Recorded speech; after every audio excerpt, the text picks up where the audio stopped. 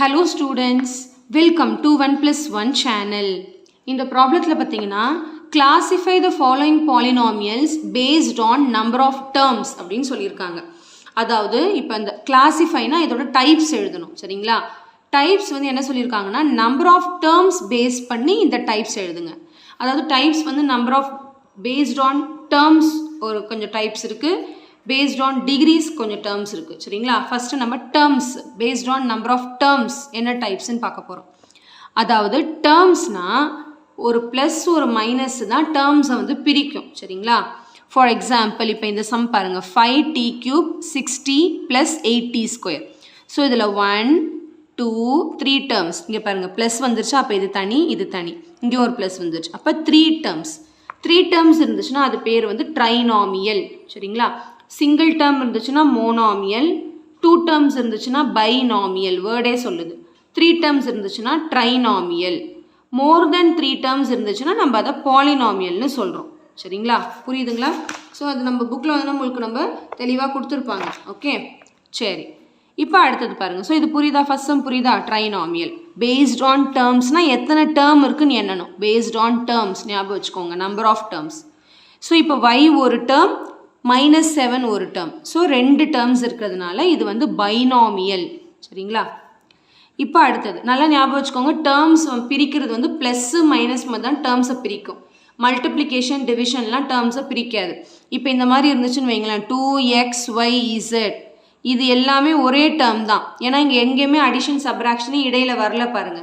இது எல்லாமே என்ன அர்த்தம்னா 2 into x into y into zன்னு அர்த்தம். அப்போ இது ஒரு டேர்ம் தான். ஓகே, டேர்ம்ஸ் வந்து அடிஷன் சப்ராக்ஷன் தான் டேர்ம்ஸை பிரிக்கும். ஓகே, ஸோ இப்போ இந்த சம் பார்த்தீங்கன்னா 2/3 r⁴.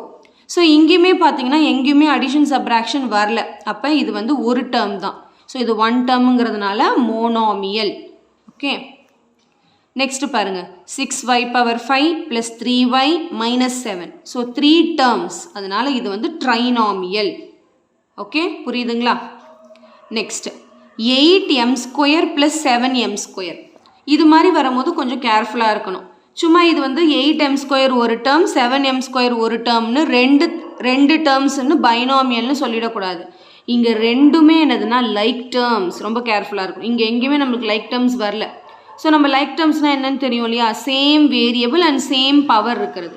ஸோ இந்த 8m² + 7m² ரெண்டுத்தையும் ஆட் பண்ணால் சிங்கிள் டேர்மாக மாறிடும். ஆனால் இங்கெல்லாம் பார்த்தீங்கன்னா இதை ஆட் பண்ண முடியாது. ஏன்னா இங்கே y⁵ இருக்குது, இங்கே y இருக்குது, இங்கே yயே இல்லை, டிஃப்ரெண்ட் டேர்ம்ஸ். ஸோ இதோட டெஃபினிஷனே என்னன்னு பார்த்தீங்கன்னா a polynomial which has single term is called monomial.